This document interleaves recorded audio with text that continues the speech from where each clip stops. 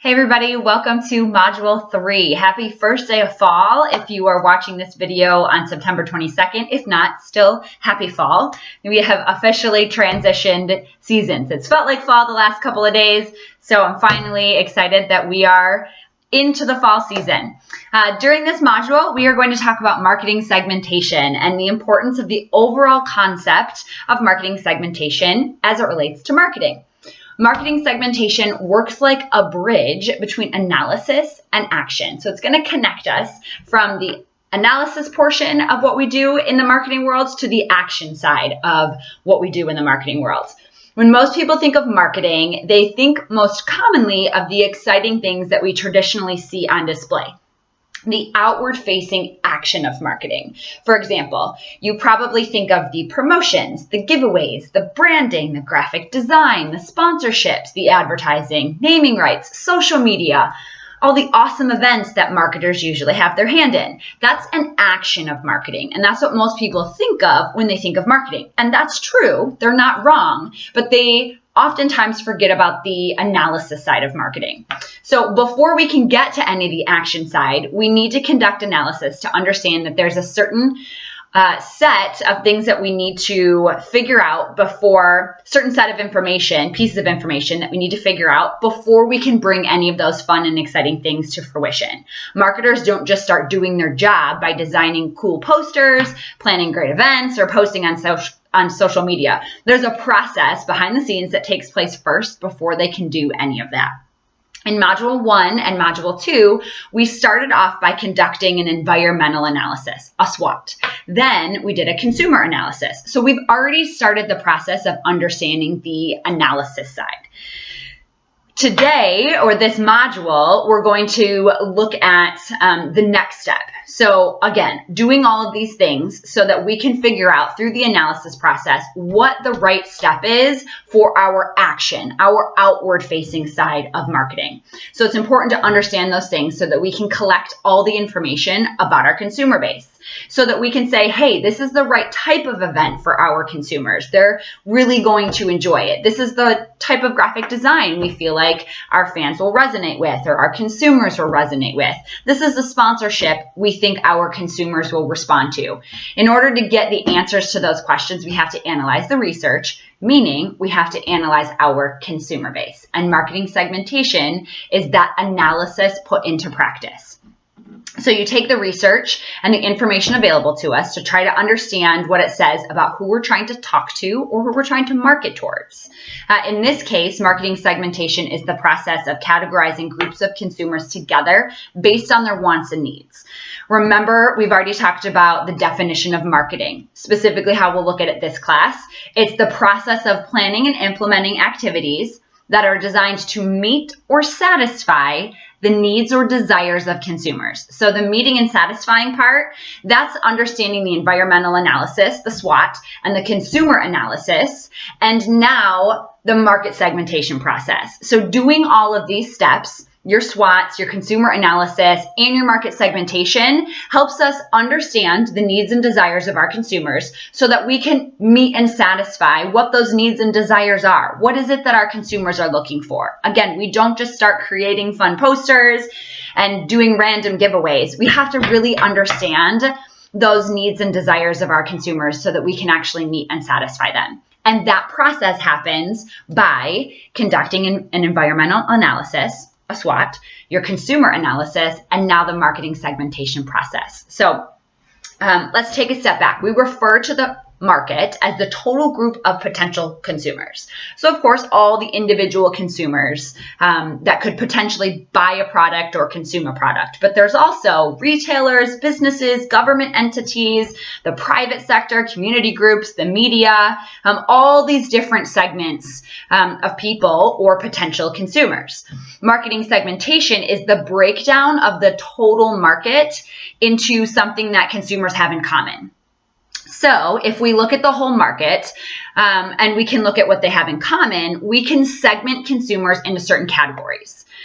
One of the most common types of categories that we segment consumers into is by demographics. So their age, their gender, their education, their employment, their marital status or their household income. Those are demographics. And oftentimes marketers will segment their potential consumer base by those demographics. So to really get an understanding of who they're trying to market towards and who they're trying to sell their product to.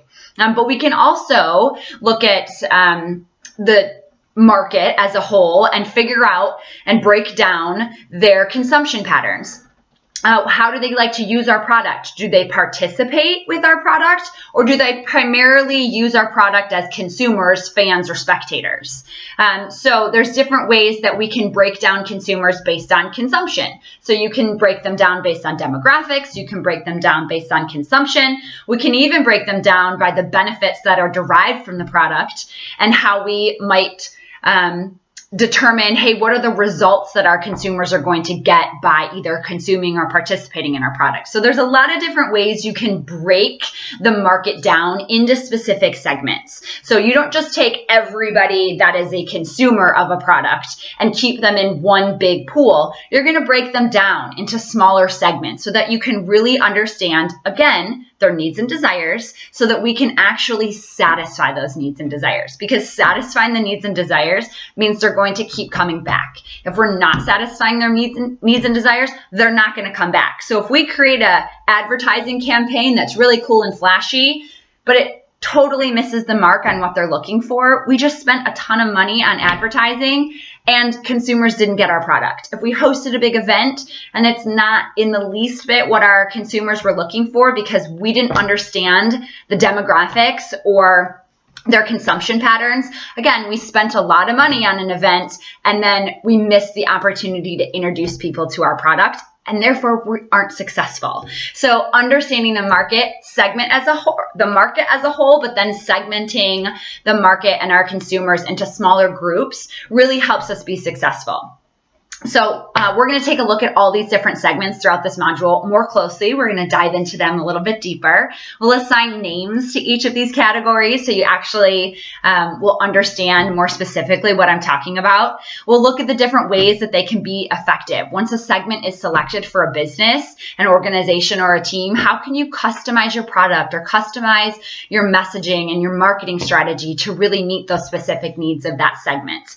It's important also to consider the specific needs and wants of your consumer segment, because not all consumers are the same. We know this. Not everyone is motivated to consume sports in the same way. They can consume sports for a variety of different reasons. If you think of the consumers that are attracted to the product of NASCAR versus the product of the NFL, they're very different. Then compare that to the product or the consumers of professional tennis, the consumers of equestrian, the consumers of Olympics. Sure, there might be crossover, but there's going to be a difference in those types of consumers. So we segment them.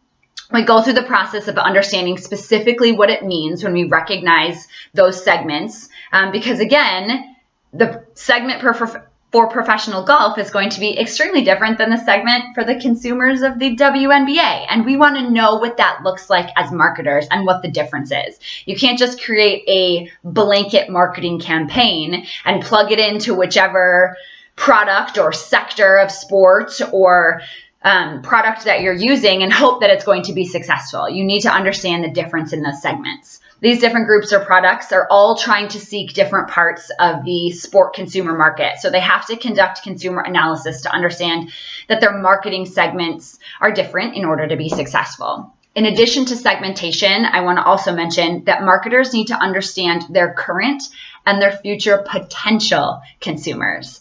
Segments allow us to use resources available to us, whether it's personnel, budget dollars, or our time, more effectively so that we can say the right thing to the right market.